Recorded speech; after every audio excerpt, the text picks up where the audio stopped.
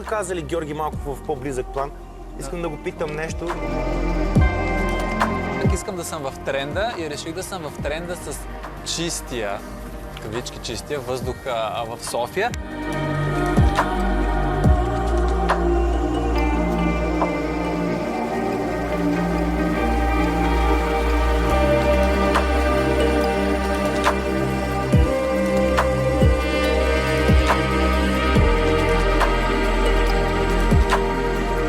Скъпи приятели, това ми е чисто новата тениска от Сдружение Въздух за здраве.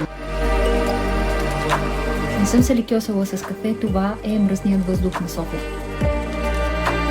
На годишна база общата смъртност от нея някъде около 16% може да се свърже с комбинираното излагане на фини прахови частици.